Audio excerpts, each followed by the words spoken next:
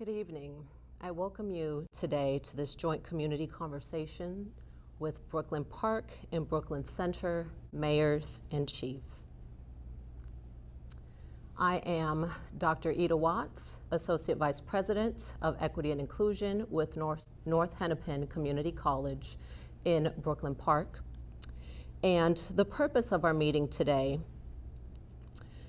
although the killing of Mr. George Floyd did not take place in the Brooklyns, this kind of egregious police conduct erodes community trust, particularly in Black and brown communities.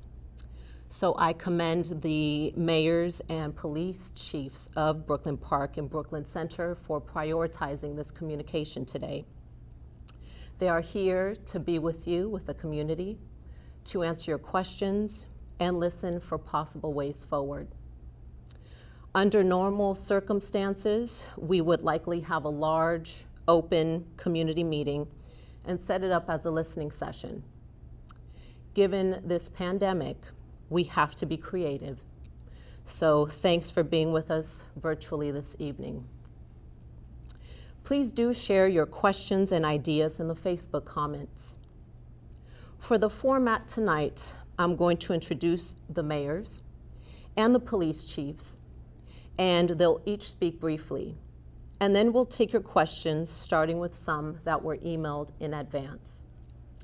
Special thanks to the Organization of Librarians in Minnesota, who suggested last week that we hold a meeting like this, as well as members of the multicultural advisory committees from both cities who are also with us tonight. So I would like to introduce to you Mayor Elliott, Chief Gannon, Mayor Lundy, and Chief Envelson.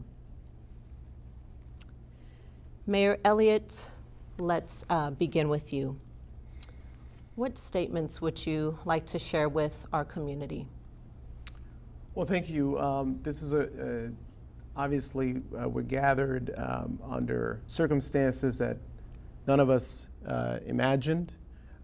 It is with great sadness that we're here to address our communities about what happened nearly just over a week ago now. We all watched just about at the same time the murder of George Floyd, an unarmed man who was encountered by Minneapolis police officers, and we witnessed an officer put his knee on the back of his neck, held it there for over 8 minutes until the life went out of his body, even against the backdrop of passerbys, citizens, insisting, urging the officers to release the pressure that they were applying to Mr. Floyd's neck. On that day, we all witnessed what people of color, particularly Black men, experience all the time, all too often, at the hands of police in our society. On that day, despite George Floyd's pleads, despite his crying out loud for his mother, despite articulating clearly that he could not breathe, that he was being hurt, his voice went unheard. Now all of us are captured by the moment. We're all asking ourselves, what is it that we need to do in this moment? And because the conditions that led to Mr. Floyd's killing are so pervasive in our society, we all have to do the serious work of making sure that each of us take on the responsibility to dismantle the systemic racism that exists in our society. So this is a conversation that's well overdue. It's long overdue, but I'm happy that at least what it has brought us to is to have this community-wide conversation and to galvanize all of us to action, as dark as these times are. Chief Gannon, your words to the community. I've been thinking about that for over a week now. I've been asked quite a bit, how do I feel about what happened? What are my emotions? And I have to say, what I feel about and what I think about is secondary to a family that's grieving. That's obvious. But when I'm asked as a 26-year police veteran of a city that I've been privileged to serve, that's being Brooklyn Center, I have a lot of thoughts and I had a lot of concerns, and the biggest one obviously was anger, because what I saw by that police officer is not what I believe our profession stands for. It's not what I believe I've trained my officers to do. It's not what I've been trained to do. What I saw there was a full disregard for the oath of office that officer took, and all the partners that were surrounding him. I was very angered and saddened by the fact, because I knew with the same broad brush, my partners in all the metro agencies, all police officers across the country are going to be painted with that broad brush. And it's not fair, but it is what we're going to deal with, and it's what we're going to work through, because there is injustice. That was a grave injustice to that man and to his family and to the community. We see what's happening now. We see the anger. We see the protests that are so meaningful in this time that it's very upsetting to me. And I've had a number of conversations with my officers, and I tell you that for a fact that every one of my officers I've talked to feel the same way that I do. That what we saw there was obviously unlawful, criminal act, and they were very disappointed. Chief Ingvelson and myself worked very hard in the two Brooklyns to bridge gaps with the community, to make sure that voices are heard. And we see this happen in Minneapolis, it throws us back a lot farther than we want to be put. We do a lot of hard work in our cities, and we're going to continue to do that, and we're going to have to step up our game, obviously, and work very hard to build the bridges back that we feel that we have in our community. Mayor Lundy, your words. Yeah, I think on behalf of Brooklyn Park, City Council, myself, I just want to express our condolences and our thoughts with the family of Mr. Floyd, his loved ones, his families, his neighbors, his friends, who've told many eloquent stories about his life and how full of life he was until that encounter. I think that there's that full range of emotion, from sadness to grief to shock, and frankly anger. I think everybody's got to anger, because we're just like, how the hell can somebody think that is appropriate to treat someone like that? I can't fathom the thought process of where did someone come that someone else's life is worth that little. And so I think we as a community have really felt that. And I think as this process, we know that we've spent a lot of time on My Brother's Keeper, Cities United. We preach and we preach and we preach about we need to be active in roles. We need to try to find ways to kind of bend the curve the other way, to find ways that we can find opportunity. And we know that what happened last week shakes all that to the core, and that we need to approach this as we need to start from zero again. Because in a human relationship, if someone feels like if you lied to them, you don't just start at zero, you start at like -10. You start just to get back to the place where you might earn trust, you have to work extra hard. And so I look at tonight not as a journey, it's a start. And we're gonna have lots of listening. That's how Brooklyn Park does it. whether it was immigration, whether it was the youth, whether it's parks, we always start with a conversation. Then we talk about what we might do, and we go back to the residents and ask them, what do you think? And then we come back and we talk again. And so for me, this is obviously, with COVID, we couldn't have what we would have, which is a big meeting. We have people there. And so we're trying to find those alternate ways, because it is so vitally important that we come back to our residents who are our core and listen. And so I know the Brooklyns, we live, eat, and preach this all the time, and that we're committed. We're here. We're not going anywhere. This work is too important to throw up our hands, walk away, and say it can't be fixed, because I believe it can, I believe it could, I believe it will. And so tonight is just a step in a longer process, and we're going to continue to walk through that with everyone. Chief Envelson. It's been over a week, a little over a week, and I would say that my emotions have evolved over time. The first I saw the video was that Tuesday morning, and it started with absolute utter disbelief in what I was seeing. Unlike, similar to Chief Gann, I've been doing this 29 years. I watched a lot of videos involving our officers and officers across the country, and I've never seen anything like that in my life. So I started with disbelief, and from there it evolved into disappointment, disgust, and an utterly indefensible act that was committed by somebody that wears the same badge that we do. And it's now turned to anger.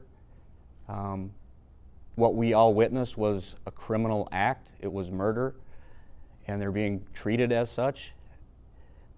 The part that I've really struggled with is, my mayor called me that morning. I've had friends call me, I've had neighbors talk to me and ask me what happened there.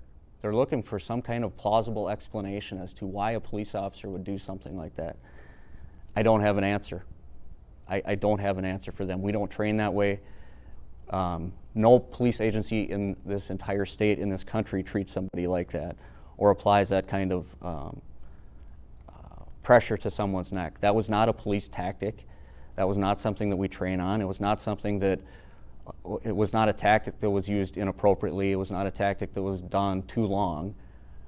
It was not a police tactic. It was murder.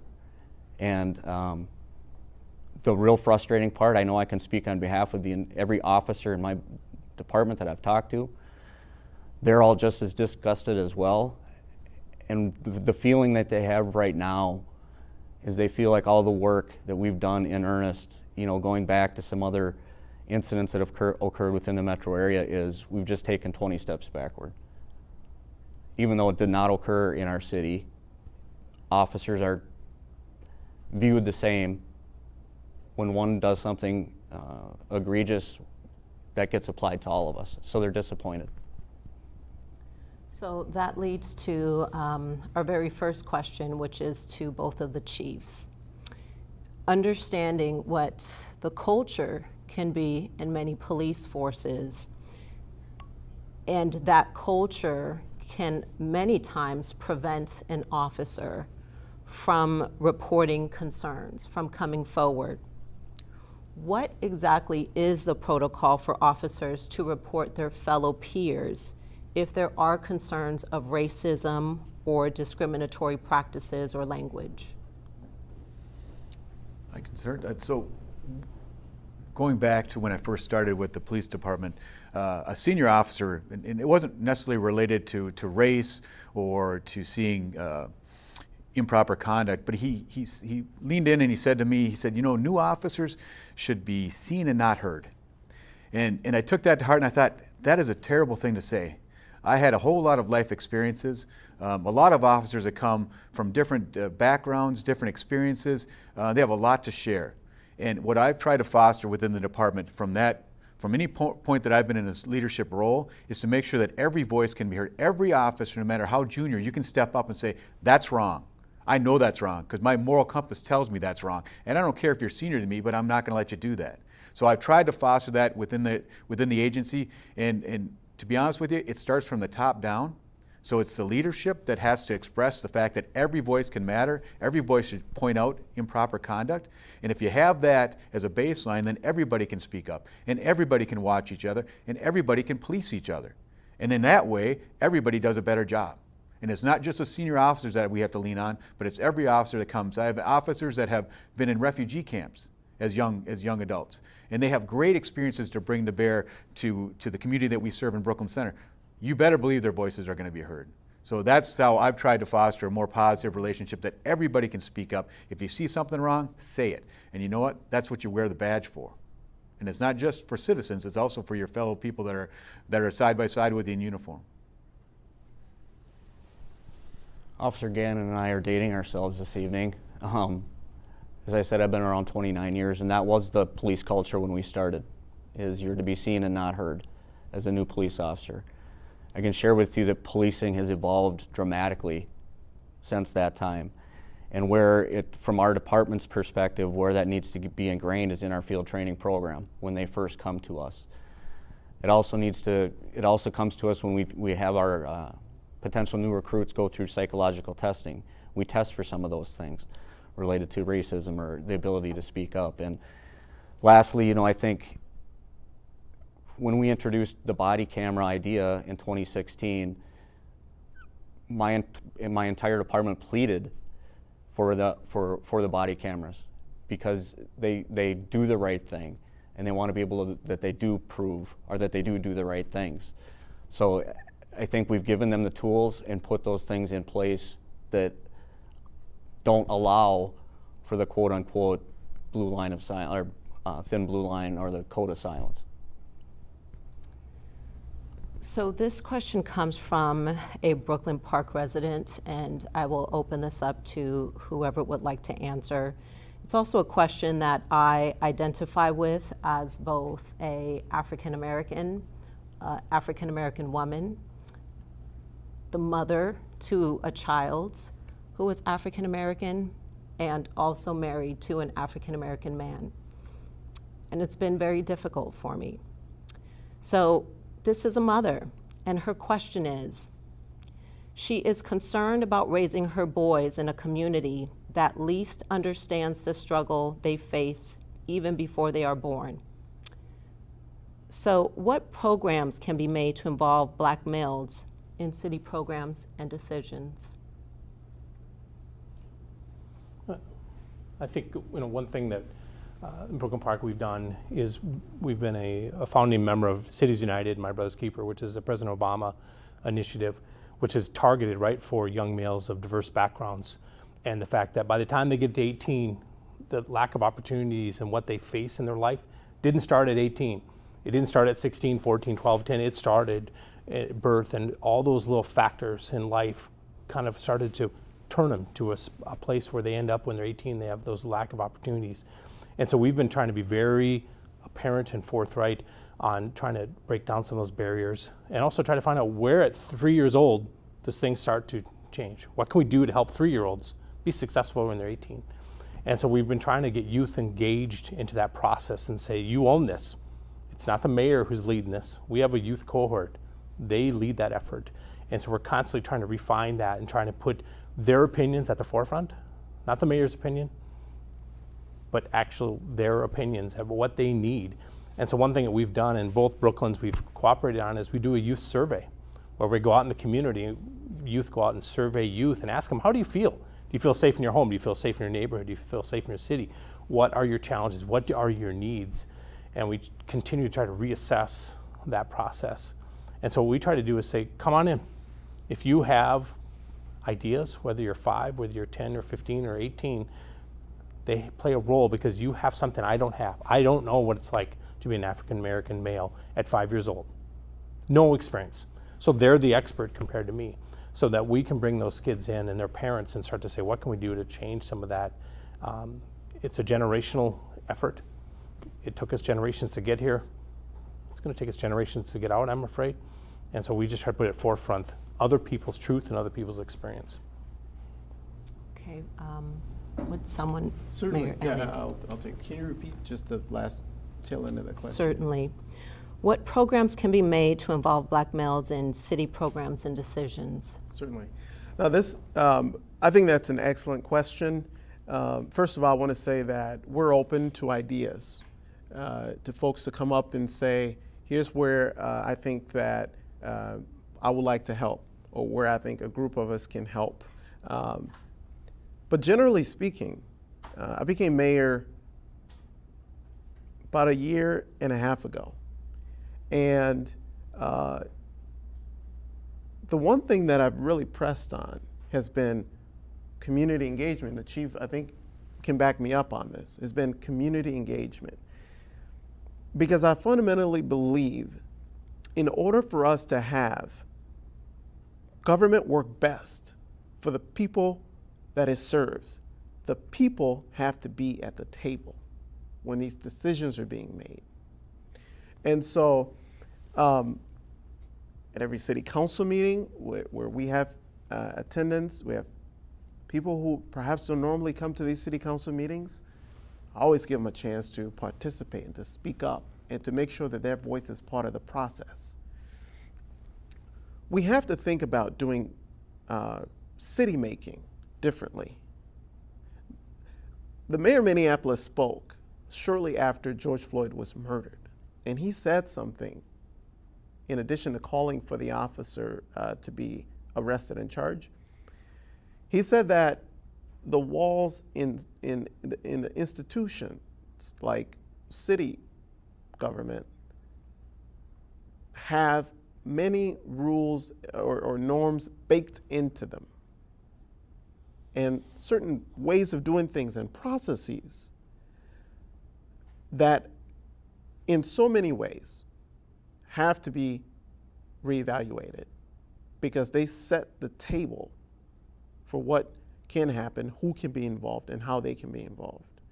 And so we have city commissions that are open right now that folks can get involved with. These commissions look at housing policy in the city. They look at planning for the city, what buildings, what amenities, what facilities come to our city. What is the layout of our city gonna be in the coming years? Zoning decisions. We know the legacy of zoning in this country.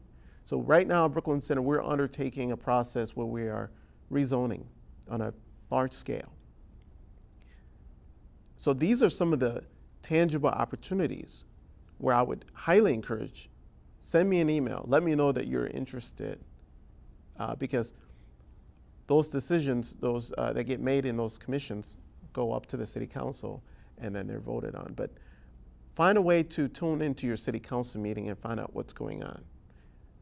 What happens at the state level is incredibly important, and at the federal level, but the city level is where the rubber meets the road. It's where I believe you're most impacted. The quality of your life is most impacted. But we have to, all of us, get involved in city making. We have to be informed. We have to educate ourselves. We have to show up. We have to say, when the budget is being discussed, we have to show up and take part of that process and say, why aren't we emphasizing this? Why aren't we emphasizing these type of programs in our community? Why aren't we putting resources over here? So I think that's an excellent question. Ultimately, government has to work for the people that it serves.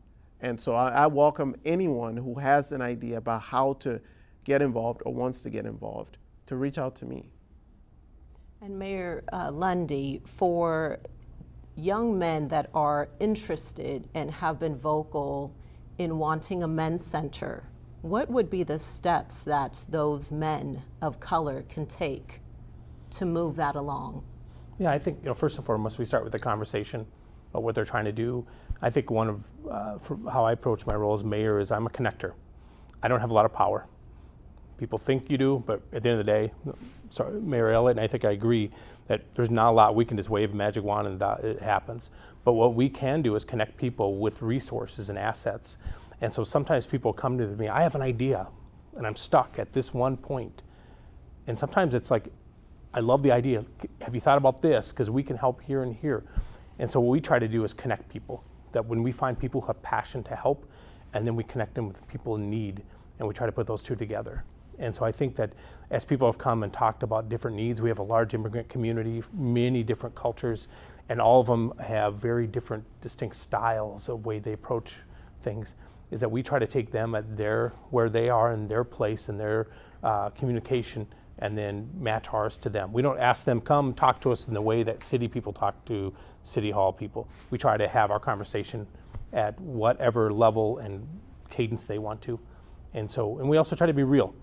One thing I think I try to always tell people is the truth, which is we can try this. This is going to be very difficult. I never promise things, because a promise unkept is the worst promise of all. And so we just try to make sure that we can connect people, because sometimes people think, I have this great idea and there's no way it's ever going to happen. Well, it'll never happen if you don't ask. And it'll sure in the heck happen if you don't try. And so that's one of the things we try to make. And sometimes an idea turns into something else. So. Thank you. Chief Envelson, this question is to you from Brooklyn Center MAC members. In Minnesota, a black person is 13 times more likely to be killed by police than a white person. What is the Brooklyn Center Police Department doing to remedy this disparity? I could take that as a Brooklyn Center, please, Chief, if that's all right. Thank you. It's recognizing and acknowledging the numbers and the ratio that's given, and knowing that there's unconscious bias that goes through a lot of these decision-making processes, and then evaluating every use of force. So even before you get to the use of deadly force, you evaluate the use of force from the lowest levels. As police chiefs, we're able to do that. We assess and evaluate, and we can break that down on individual officers. So every night, and I won't speak for Craig, but I'll speak for myself, I'm very thankful that I know the name of, oftentimes the spouse of, every one of my officers that reports to the Brooklyn Center Police Department. I'm lucky to have that. Now, the chief of Minneapolis doesn't have that same luxury, but I get to know each one of my officers. I get to know their preferences, what they like, what they don't, what their strengths and weaknesses are, and that's how we can address a lot of these things as we go forward. So I am blessed with having that size of a department, but I also recognize that it's on me to find those issues where you see unconscious bias, where it might be in certain areas, and you look at the training that's available, and recognizing the fact that everyone has unconscious bias. It's just recognizing that fact and seeing how is that put into practice. And if it's put into practice in use of force issues, even deadly force issues, then it has to be addressed immediately, and it has to be corrected. And if it can't be corrected, then that officer needs to be removed. Thank you. And being that this is such an important question, I am going to volley it over to our Brooklyn Park Chief. Thank you. The question was related to deadly encounters. And regardless of someone's skin color, we train at the Brooklyn Park Police Department to have to get to that stage of an encounter, meaning that goes to the de-escalation training that we've had related, to mental health and some other things. It also requires effective and hands-on supervision. Any use of force that is conducted within the Brooklyn Park Police Department is reviewed by no less than 4 sets of eyes.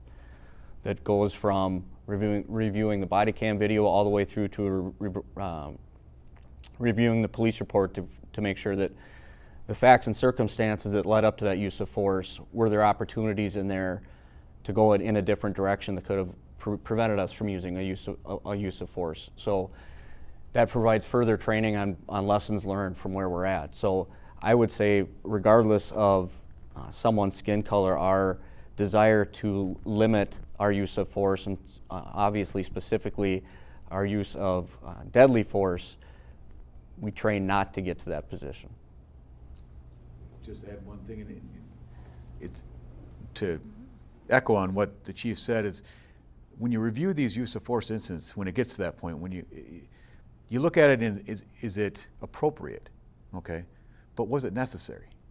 That's the key question that we're asking now, is that why did it have to get to that point? Yes, the use of force was what was needed at that time, but what led up to those factors? What was the verbal dialogue? What was the officer presence? What was your stature? There's so many different situations where you can go back and evaluate, was there something that you gave as a cue to the individual that escalated the situation. And that's when we get into de-escalation training and knowing, creating distance, tones, different ways that you talk to people. These are all things that are very important. So speaking of tones and being aware, that's a great segue to our next question.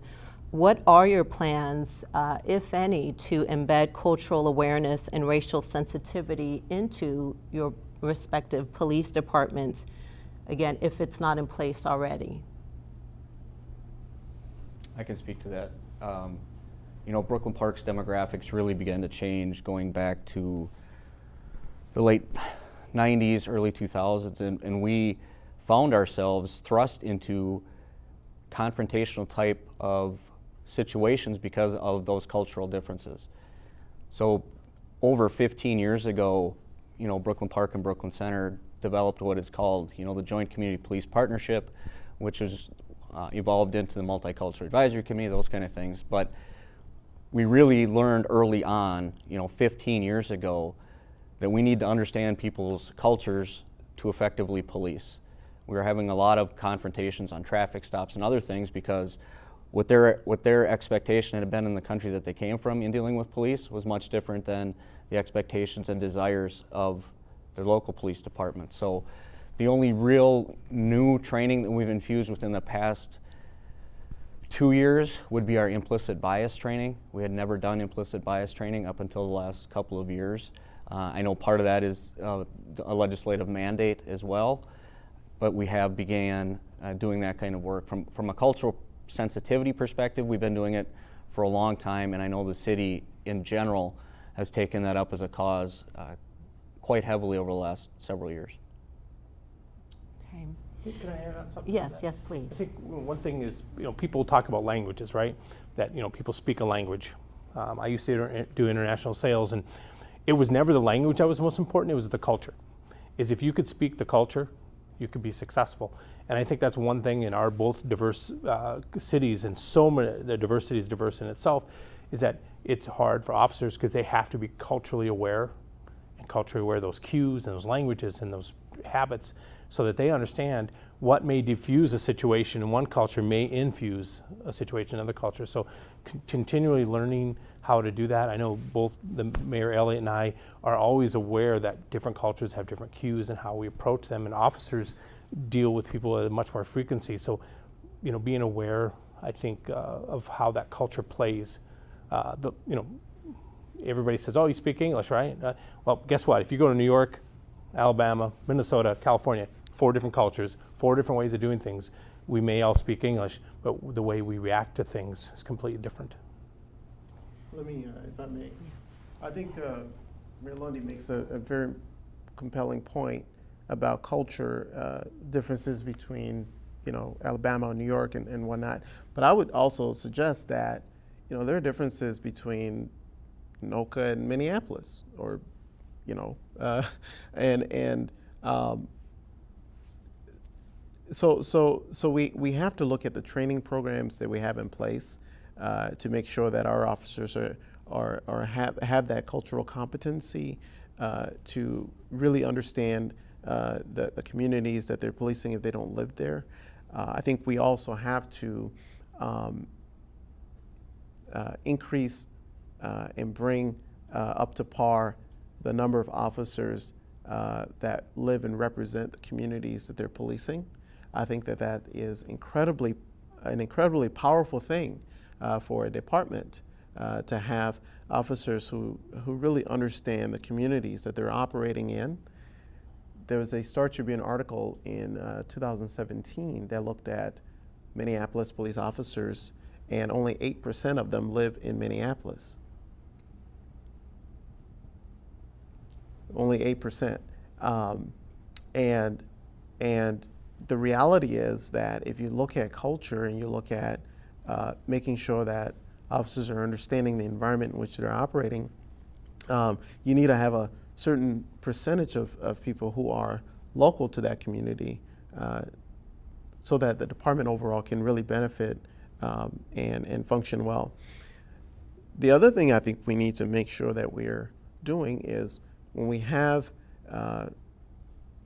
these use of force incidents, we have to press for answers. We have to make sure that we have transparency, because, for me, in my mind, transparency is central to making sure that there's justice done in each of these cases, and making sure that we have the accountability so that we're not repeating ourselves. We're not repeating these instances. We have to look at the use of force policies that are very similar across all departments, in fact, throughout the United States of America. We have to seriously look at those use of force policies and evaluate them. And we have to have community involved in that process. That is a commitment that I have, and I know the chief shares in the sense that we have to have the stakeholders, the people who are at effect to these policies, involved in making sure that that these are policies that are going to work in a way that are going to keep the community safe. It's not very often that we look at these policies, and many of these policies have existed for a very, very, very long time. And we know that the community has changed. We know that the world has changed. We also have to make sure that, as the chief mentioned, implicit bias training. And finally, what I will say is that the Attorney General, Keith Ellison, had a working group look at these violent encounters over a period of time, and they, in February, released their guidelines and recommendations. And so I call on all of our communities in the working group, which consisted of folks from all over Minnesota, including communities that are not in the metro, to evaluate these circumstances and put together this set of recommendations that our city council is going to be looking at in an upcoming work session. And that the Attorney General and the working group has called on all of our institutions to adopt those recommendations, and has called on the legislature. And the legislature is right now in the process of putting some of those recommendations in various bills to make sure that we can finally get this scourge, on our community of Black and brown people being killed in an outsized proportion to the portion of the population that they represent.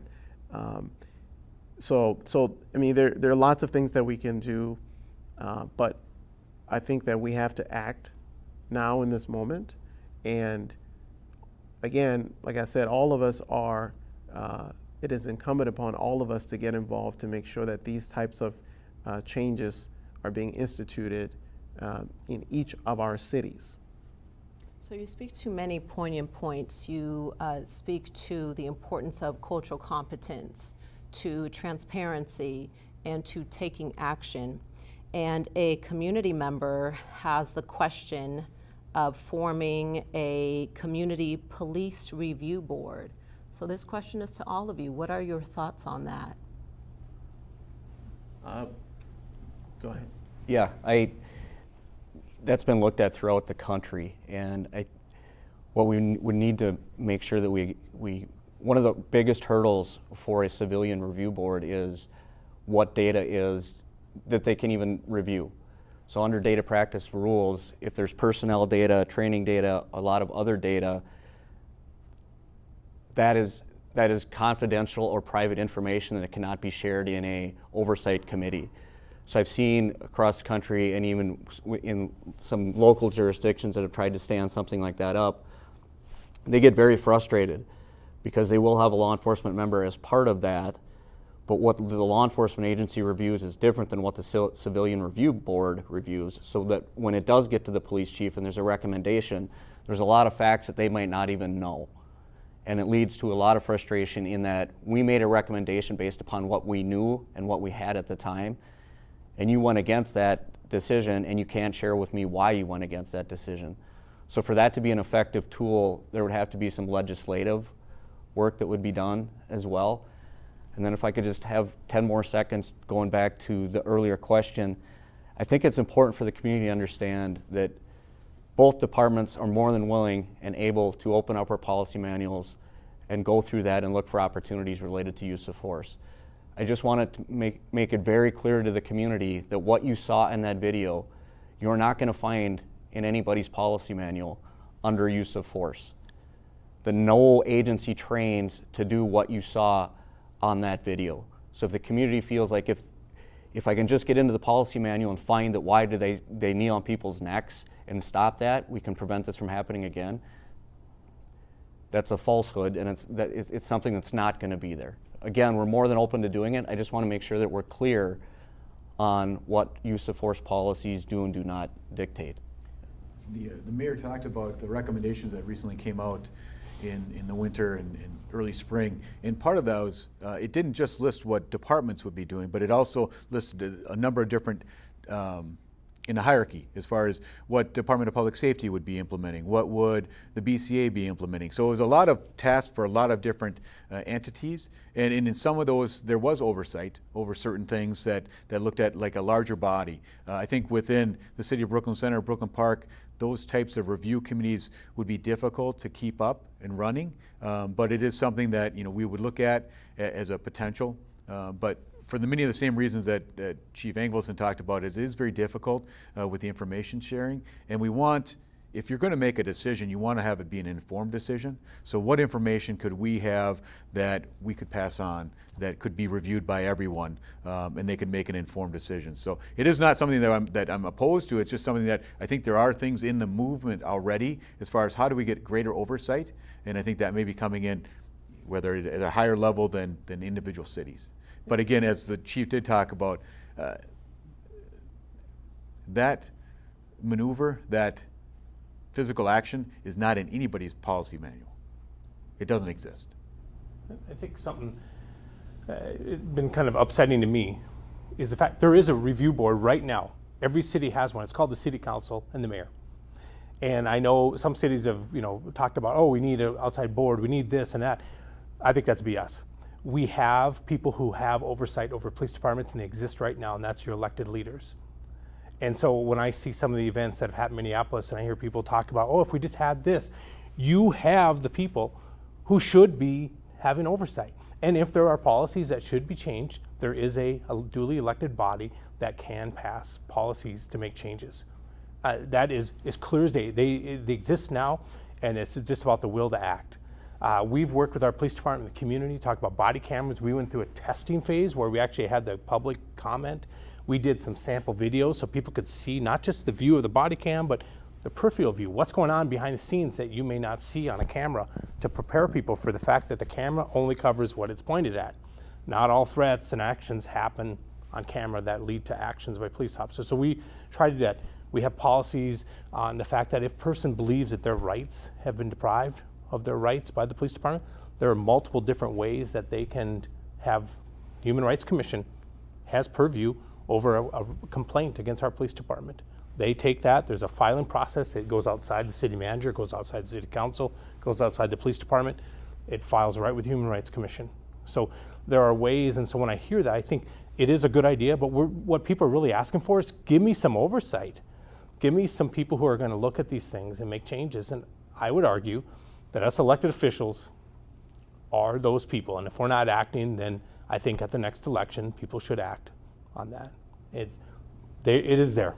And so I believe fully that having your elected officials accountable for those things it's very important. Now, speaking of holding folks accountable and understanding the pain that community members are going through, Mayor Lundy, this question is for you. This community member is concerned, wondering about having school resources school resource officers in the school system. So the question is, should that continue, and what can you share with community members that have that concern? Yeah, I think it's a worthwhile conversation to have, because I actually was privileged for 1 year to be the volunteer coordinator at Evergreen Park Elementary, which is an elementary school in Brooklyn Center. And so it gave me the firsthand glance of seeing kids elementary kids who have suffered trauma, watching maybe their parents being taken away by a police officer.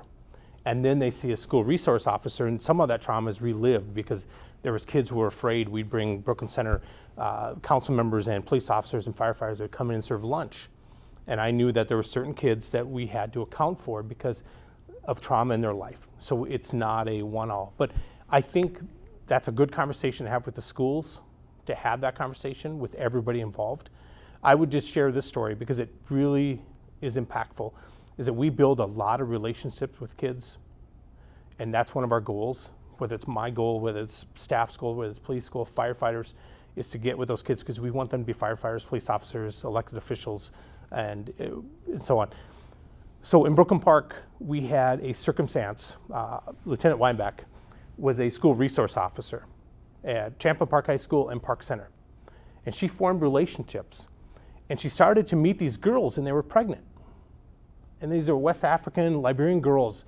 And she was trying to figure out why they were, all of them were getting pregnant at the same time, and what was going on. And they shared with her, because they trusted her, because of the relationships formed, that they were being sex trafficked. That's why they were getting pregnant, because they were being forced to be sold out because of people who are taking advantage of their circumstances. And so that trust from those kids, because they trusted Lieutenant Weinbeck, led to the fact that we realized we had a sex trafficking ring operating in the Brooklyns, and that they were using Liberian girls to traffic. From that process came the fact that Brooklyn Park, with Assistant Brooklyn Center, we built the first suburban teen homeless shelter. And it all was born out of the fact that our school resource officer had relationships that they built. We would never have known that. So I know there's some things that we need to figure out, and there's some things that we need to account for, but I've seen what happens. That teen homeless shelter would never have happened if Lieutenant Weinbeck did not have relationships to ask those girls what is going on, and for those girls to have the trust to share with them that they were being trafficked and that they were pregnant because of strangers they didn't know. And so I use that as an example because people talk about all the bad stuff that happens, and we should account for that, but there is a lot of good stuff. There are kids who know their officers still from when they're in middle school, and they still talk to them. So I think it's a great conversation, but I tell that story because it is absolutely the truth. Anybody who wants to see the homeless shelter, you can go see it, and you'll know that that is the story, that how it happened. And so have the conversation, but just be aware there is some really good stuff that happens when kids form relationships with adults and they tell things. And so that one is core to my heart about we would not have that shelter if it wasn't for that relationship formed when those girls are in middle school with that school resource officer. Mayor Elliott. Yeah, certainly. I echo a lot of the sentiments that Mayor Lundy just said. Thinking about my own experience at Brooklyn Center High School, we had a school resource officer, Officer Bill Concord. To this day, he's still very beloved. I can probably count on one hand the number of times I saw him in uniform. He, always dressed in a suit and a tie, and was always very nice. Had great relationships with just about every student. I think it's a matter of, I think we do have to have this conversation because I think it matters how that officer presents in the school. I think it also matters how that officer's used, how that resource is used in the school. Because I think Mayor Lundy is right.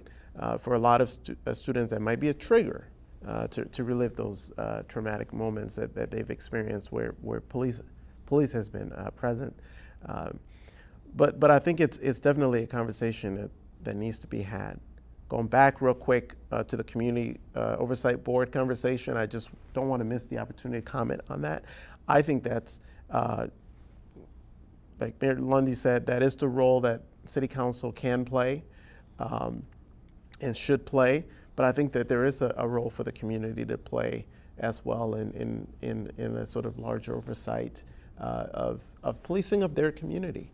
And to the extent that that's been preempted by the legislature in terms of data practices laws, right now I think everything needs to be on the table. We need to look at all of the pieces of paper that have writings on them that have implications for how our society functions. These are laws that are on the books that we have to look at. How do they fit in today's environment in 2020?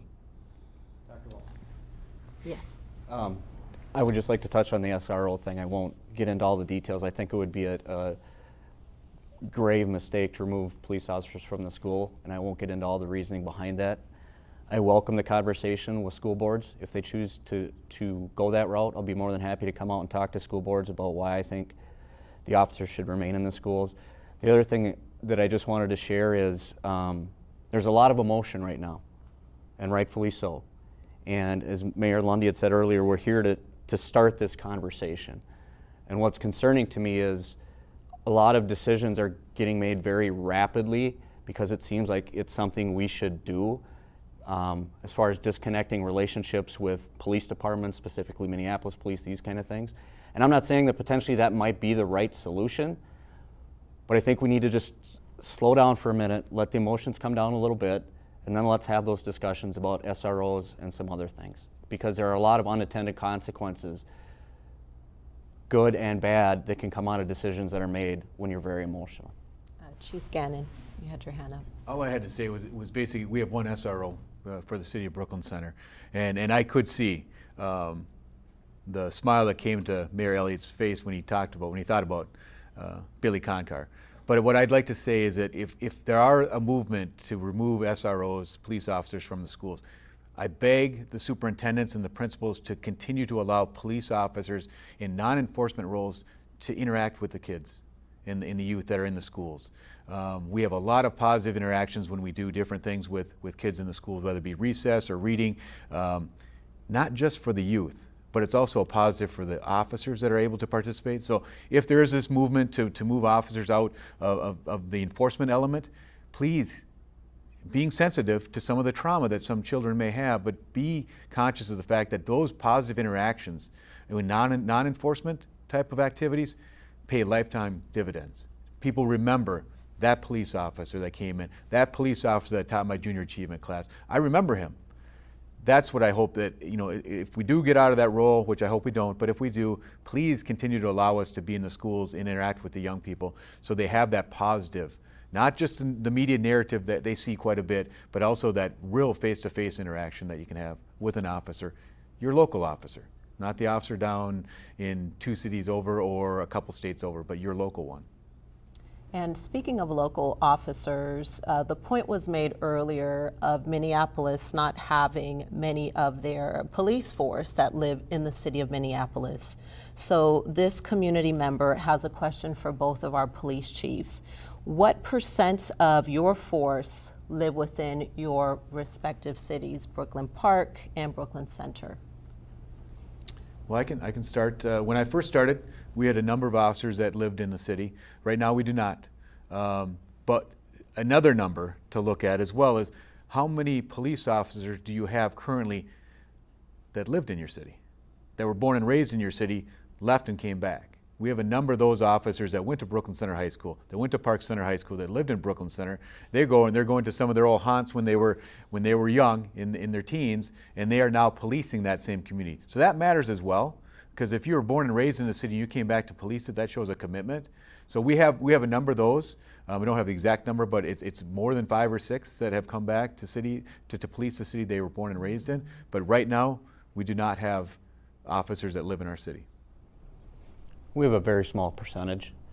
We do have going back to Chief Gannon's point, we do have several officers that were born and raised here that came back. And just, for the community, the officer's perspective as far as not living in the community that they work, it's not that they don't want to, but you have to realize from their perspective, they're human beings and they need time to step away from being a police officer. And I think they would openly tell you that if something were to occur to me off duty or were to get into some kind of conflict at the grocery store or whatever, I'm fine with that. But I'm not fine with that happening to my family, right? Sometimes people think that officers don't need that time away to really disconnect from being hypervigilant as a police officer. It's actually, it's healthy, in my opinion, that they do need to turn off being a police officer from time to time. I know that this has been brought up several times and has been challenged in Minneapolis and other areas throughout the country about whether that requirement is even legal or constitutional. We may end up having that discussion once again, but I just wanted to share the perspectives at times that they do need to turn it off. Now, this point was touched upon earlier when Chief Envelson, I believe it was you, when you spoke about the use of police force and what we witness is something that is not written anywhere. So this community member would like to know, what are the use of force policies that you currently do have in place, and is this information accessible to residents who would like to see this policy? Our use of force policy, as well as all of our policies, are online. They can be viewed. That'd be vehicle pursuits, deadly force, making complaints, how we handle domestic assaults. All that is online, and it's searchable, and it's on the actually city's website. We were one of the first agencies to put the entire policy manual online, so anybody can view it at any time. So if you want to see if what an officer did was appropriate, it's basically detailed as far as police patrol response. You look at that, you look at critical incidents, you look at that, and you can look at how the officer was supposed to respond in kind of big picture. But it's a tool. It's a tool that citizens can use, and it's fully searchable. So we have that currently. We've had it for a number of years now, and it gets updated. So it is out there. Okay, Chief Envelson, did you want to? Yeah, same here. If you go to our website and go into the police department section under open data, we have our entire policy manual there, as well as from past community meetings related to other incidents that have occurred. We have all of our traffic stop data on there as well. You can look at a map of where all the traffic stops occur in the city of Brooklyn Park going back to 2017. And it also breaks down the race and gender of who was driving that vehicle when the police officer pulled them over. We're in the early stages of getting our use of force data on the website as well. We're just having a little bit of a struggle with software issues that's above my ability, clearly, but that's something that we're going to have on our website as well. Okay, thank you. So we are going to push a little bit beyond our time. We have many community members that are currently tuned in, and I want to be sure we get to all of the questions here this evening. So this one is to our police chiefs here tonight. And you have spoken about this earlier, but it's worth repeating for anyone who's tuned in later. So the question is, what type of in-person training surrounding bias are you and your officers exposed to? Does it deal with implicit and explicit bias? The Post Board recently, within the last 2 years, enacted new post mandates that included some of those trainings. We're getting that training. We had training with that through the JCP, the Joint Community Police Partnership. We had a lot of that training to begin with, so it wasn't new to the Brooklyns, but now it is mandated. It's one of the post mandates that officers have to adhere to every 3 years. So they are getting more and more of that type of training. What we were doing independently is now being done across the metro and across all of Minnesota, so there are more trainers, but that is the type of training that we're seeing on a regular basis. And that's, I guess I don't want to speak for Craig, but I know that that's the training that we have, and we have to sign off on that training, and it's in person. We had a lot of discussions about can it be online training, and those types of trainings are necessary to really have the one-on-one interactions, so we are still having those in-person trainings. Same here.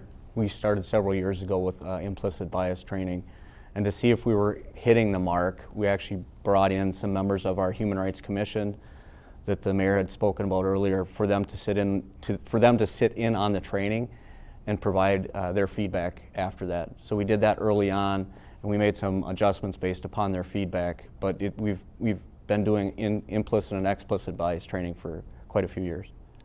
Okay, so we are going to round this off with, I believe we have one final question here. And this one really speaks to systemic racism, systemic oppression. So this community member, I'll just go ahead and read it. There is a level of fear that is limiting youth of color from freely enjoying anything they desire. Stigmatizing and provocative policies starting from school, employment opportunities, and onward. So they ask, could you imagine why such feelings are prevalent and have existed for so long? It is because of prolonged conversation for the moment without any policy change or legislative action. So the question to all of you is, what is it that mayors, council members, chiefs, police chiefs could do? What can you do in your power to bring about change? What can you do in your power to bring about change? I can start. We as elected officials, as mayor, as one of 5 that vote on our city council in Brooklyn Center, I can tell you that our city council is committed to looking at the policies that support and prop up systemic racism, which is pervasive throughout. I think we can all be honest about this, throughout the country, throughout our society. And it is these policies that continue to perpetuate the racism and the locking out of various communities from opportunity. And so we, as a city council, we're committed to evaluating, looking at these policies and modifying them, passing new policies so that we can get the change and increase access to opportunity for the people that live in our city, in Brooklyn Center. But I will say this, the power lies in the hands of the people who voted us in. And the people are also immensely powerful. They are the ultimate power. And so if you want to see change done in your city, in my city of Brooklyn Center, which I want to see, I need for you to rise up and come and meet and be a part of the process. I need for you to call me and call our city council members, to email us, tell us what you want to see, because when your voices are put forward, we have to listen to you. And so don't feel powerless. Feel that and know that you have the ultimate power, and that even if you don't wear the title of mayor or a city council member, your voice is extremely powerful, even if you're only just one person. But believe me, if you feel passionate that you want to see the changes that are going to start to remove these barriers, know that there are other people who feel the same way as you do. And when you rise up, it will give courage to other people to rise up and come forward and demand the change as well. Okay, thank you. Would anyone else like to address that question before we get ready to close out? Yeah, just briefly, I think that it's really important that I think it's very hard for 2 people to not like each other when they know each other. And so I always challenge people, have you talked to your neighbor? The answer is no. Well, why don't you? They're your first line of defense. 911 is still 3 or 4 or 5 minutes away. Your first line of defense is your neighbors watching out for you. So the more connected we get people, the more they talk, the more they realize that they have the same concerns in life and opportunity. And so I think that helps break down some of those barriers. And so I tend to be a little blunt with people. And so they'll call and say, I saw a bunch of kids playing basketball in the park. I'm like, great, that's what a park is for. And I'd rather have them there playing basketball. But what they were really saying is, I saw kids that didn't look like me that were playing basketball in the thing, and I think they're up to no good. That's what they were really saying, even though they didn't use those words. And so I try to challenge people to just, what's wrong with that?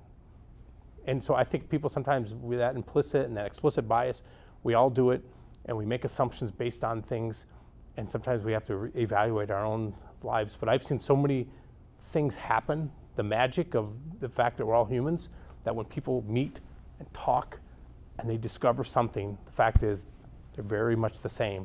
And that is probably the biggest way to break down. You can change a policy all day long you want, but if you can actually have your neighbor talk to the other neighbor, you will get farther along than any policy will ever take them. Thank you. So, yes, Chief Enmelson. To respond to that, I would just really have two asks. So clearly I'm a white police chief of 108 officers, right? And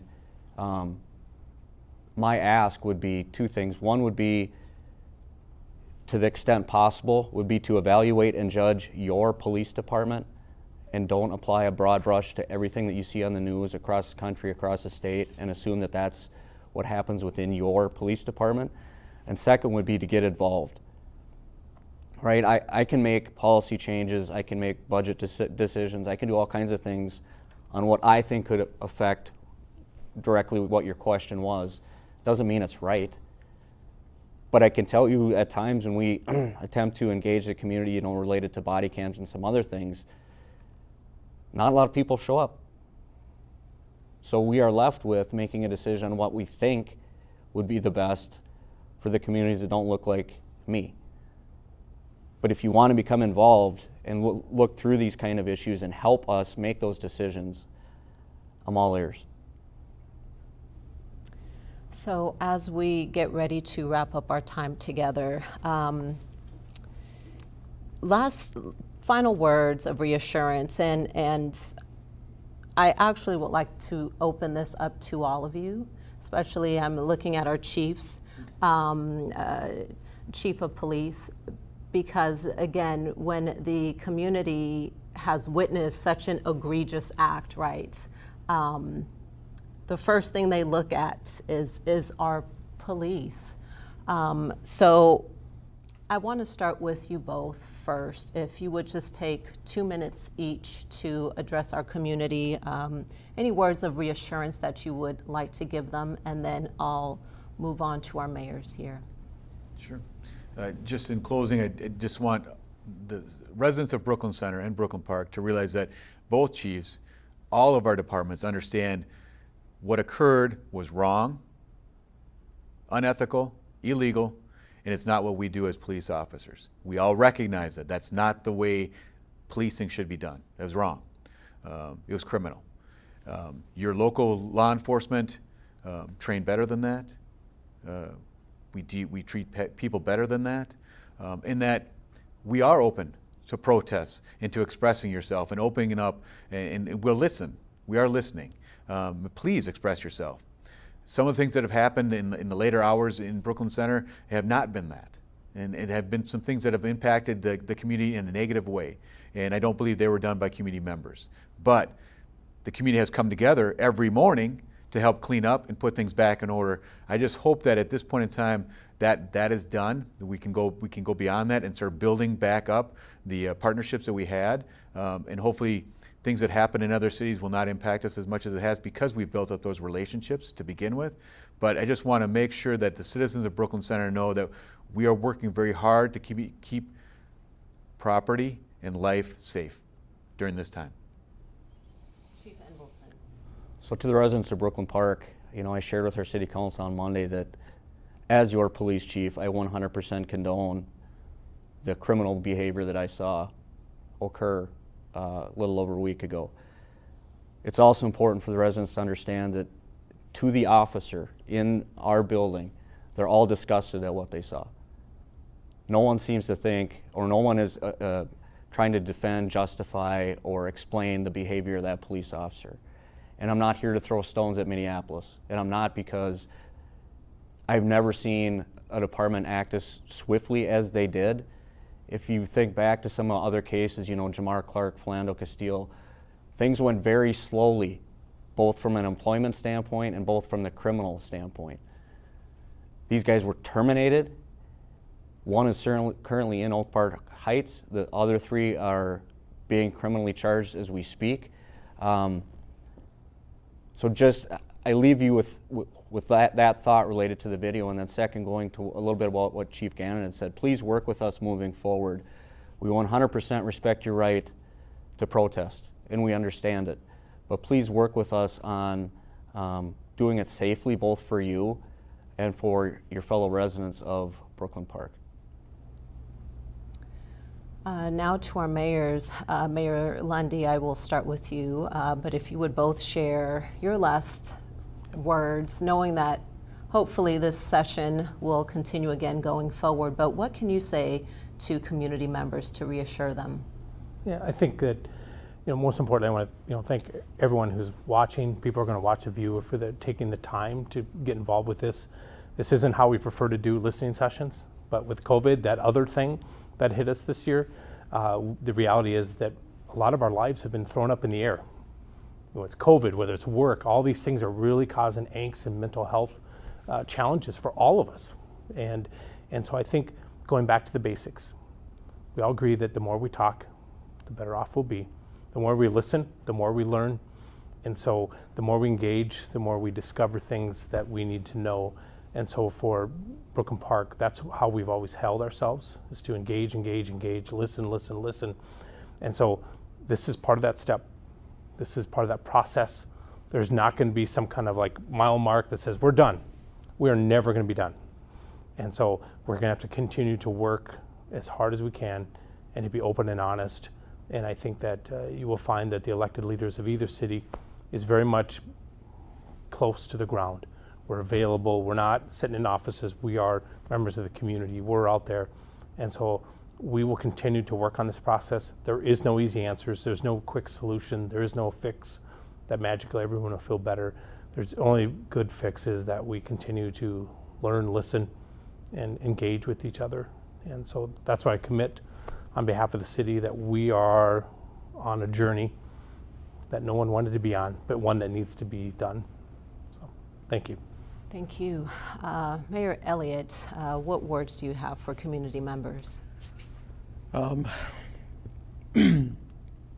Eric Gardner, Michael Brown, Tamir Rice, Philando Castillo, George Floyd.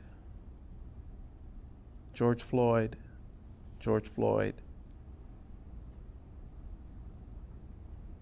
My neck hurts, my back hurts, I can't breathe, everything hurts, they're gonna kill me. Those are the words we heard from a man that was murdered before our eyes. We must never forget what we witnessed. The moment is now, the time is now for us to take action to make sure that we are breaking down the systems that made that murder possible. Racism in our society, as we all know, is pervasive. And it's up to each one of us, black, white, all of us, all colors, all backgrounds, to step up and do what we can in each corner of the world where we exist to make sure that although on a daily basis it isn't, racism doesn't have the same, it's not to the same degree as we witness on our phones and our devices and on our computers and on our television with what happened with George Floyd. Racism beats communities down every day. As a young black man myself, I've experienced biking while black. I've experienced coming from a jog, getting on my bike, biking home, and squad car running up on the sidewalk to cut me off, and I fall over, guns drawn, back of the car, several blocks back. I'm taken out of the car and shown to a lady in a house to be identified, simply because she noticed the back door of her neighbor's house was open at the same time that I was biking by.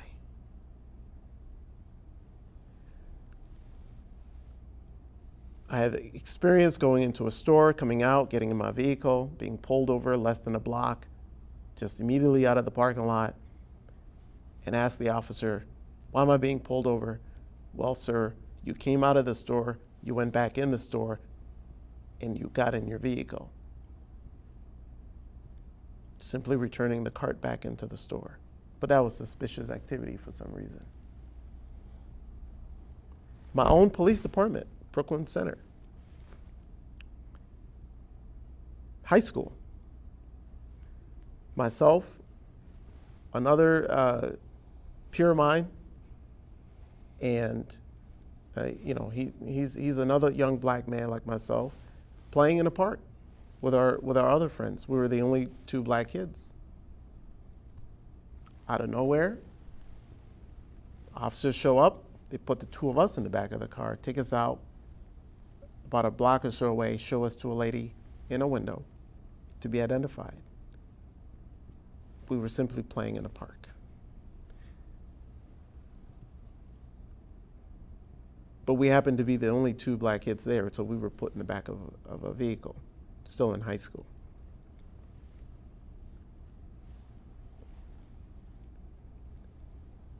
This work is incredibly important.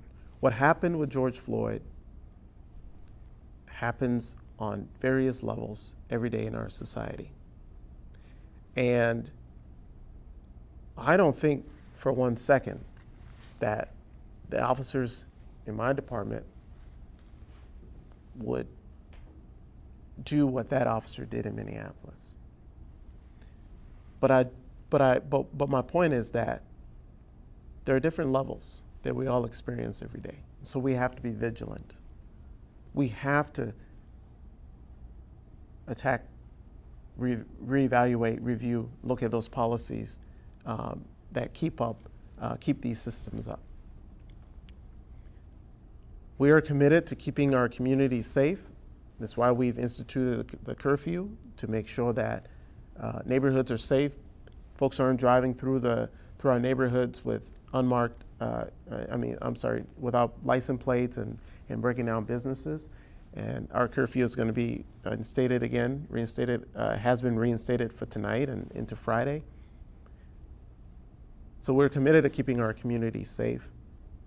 But part of that extends beyond just the protecting the physical buildings. We have to do the deep work within our community. We have to bring everybody together and work on the way forward. I have the full confidence that in Brooklyn Center and in Brooklyn Park, we're going to do this work. We're going to move forward as one people, because I've seen our communities come together to work together for one common cause. And I have all the confidence that we're going to get through this together. Hope. Absolutely. Hope. That is something I try to remind myself and students and fellow colleagues to have that hope, because we must have it in order to move forward. So as we wrap up our time together, I want to thank everyone for listening in, all of our community members, your questions, your concerns. Know that we feel your pain. I feel your pain. Thank you, Chief Envelson, Mayor Lundy, Chief Gannon, and Mayor Elliott for being here today and sharing your words during a time of grief and anger. But if anything, it starts at a conversation, but I also want to remind us all that let's use that energy, this momentum, to drive change forward, the change that we're all talking about and the change that our community members would like to see. And I would like to also encourage everyone to please complete the census. It's incredibly important for you to submit your information so that we can have all of the data necessary to provide the resources that are needed for the community. So again, thank you for your time, and this will not be our last time today, or going forward, we will see you again. Thank you.